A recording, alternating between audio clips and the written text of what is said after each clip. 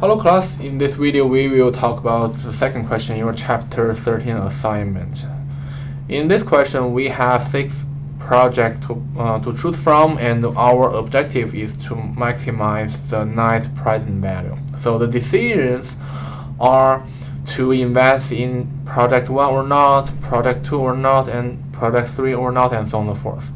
So firstly we need to define our decision variables. Let's use xi to denote if we want to invest in one project I or not.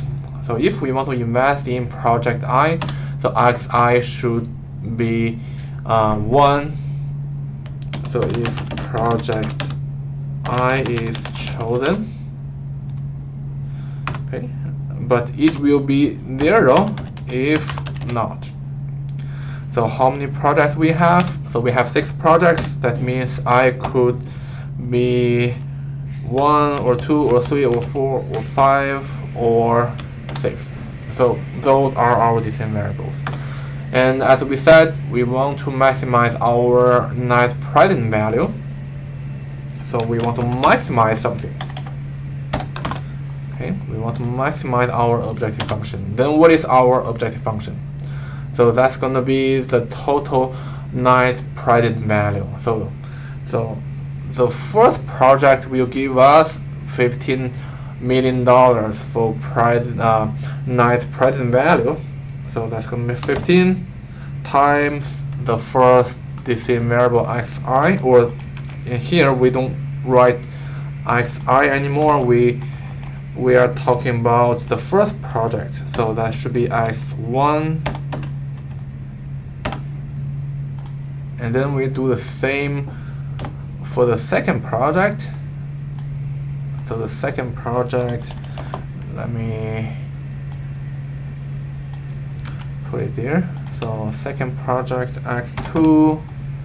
So the net present value is $5 million. And the third project, so the net present value is $13 million, and the fourth project, so 14. The fifth project, which is 20, and the last project is 9. So that's our objective function. As you can see, this is so the decision variables are binary variables. So the x1 through x6, all of them are either 1 or 0. If it's chosen, the value will be 1. If it's not chosen, it will be 0. Okay, so that's our objective function. And then next, we want to define our constraints. So let's look at the requirements. Let's go here. So we can have a bunch of constraints. The first constraint is that at least 2 of the products 1, 3, 5, 6 must be taken or must be chosen. So that means x1 plus x3 plus x5 plus x6 has to be greater than or equal to 2. At least 2 of them have to be chosen. And the second requirement, if either project 3 or 5 is taken, they must both be taken. That means if you choose product 3, you have to choose product 5. Or if you want to choose product 5, you have to choose product 3 as well. So that means if you choose one of them, you have to choose the other one, or you choose neither of them. So that's the second constraint.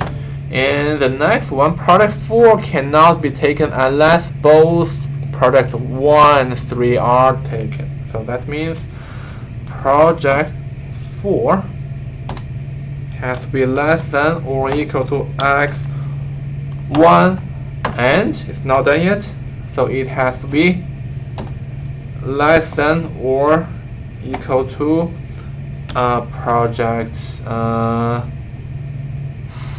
3. Okay, so those 2 constraints is about the third requirement. Okay, and is there anything else? And the last requirement is we have limited budget. So the total budget is $220 million. That means our investment has to be, so 90 times x1 plus 634 times x2 and so on and so forth. The summation has to be less than or equal to 220. So let me borrow this format, copy. Let me change the numbers. So that should be 90, 34, 81, 70, 114, and 50.